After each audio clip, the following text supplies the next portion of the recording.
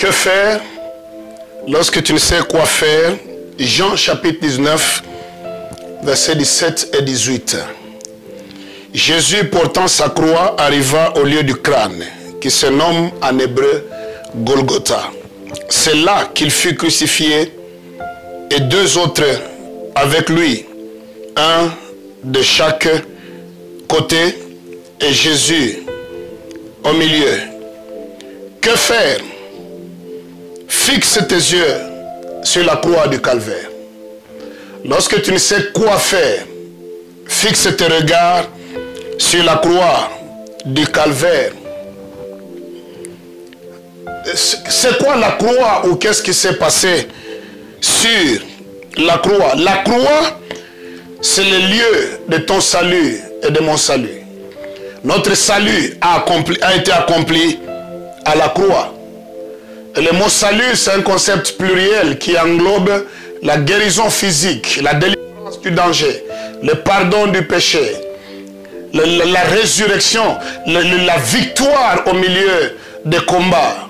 Toutes ces choses se trouvent en un mot qui s'appelle le salut. Et ce salut a été réalisé à la croix de Golgotha.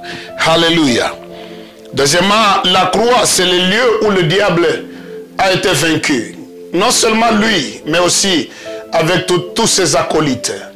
Il n'y a aucun démon qui peut se soustraire par rapport à la puissance de la croix.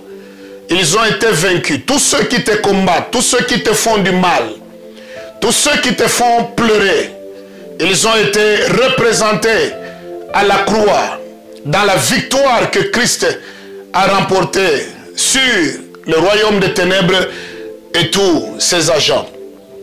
C'est quoi la croix? Troisièmement, c'est le lieu de la réconciliation entre le divin et l'humain. La réconciliation s'est produite sur la croix au travers de l'œuvre salvatrice de Jésus de Nazareth. Si tu as Jésus comme Seigneur et Sauveur personnel, c'est que tu vis réconcilié avec Dieu. Tu es en paix avec Dieu. Et en tant que tel, du fait que Dieu ne te reproche de rien, tu n'as rien à craindre. Ce n'est pas Dieu qui te combat. Ce sont les ennemis qui te combattent. Et tous ceux qui te combattent, ils rencontreront au-devant de toi un Dieu qui s'appelle El Shaddai. Quand il se bat, il s'appelle El Shaddai. Le Dieu tout-puissant, le vainqueur de tout le temps. Il n'a jamais été vaincu. Il ne l'est pas actuellement et il ne le sera jamais. Car la victoire appartient à l'Éternel des armées. Quatrièmement, la croix, c'est le lieu où un transfert de nature s'est produit entre l'humain et le divin. Il y a eu transfert de nature.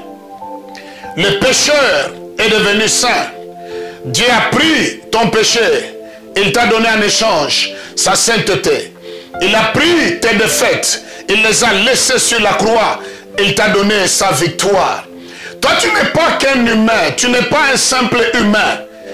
Au-dedans de toi, il y a Dieu. Le Père, le Fils et le Saint-Esprit habitent en toi.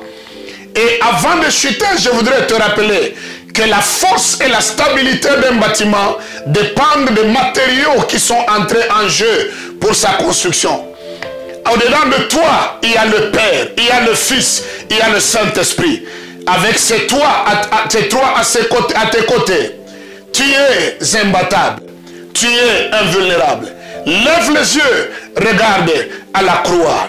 S'il y a une chose que le diable ne veut jamais entendre parler, c'est la croix.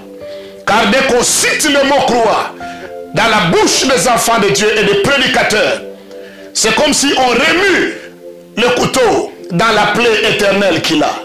Mais toi, lorsque tu ne sais quoi faire, lève les yeux, fixe-les sur la croix de Golgotha.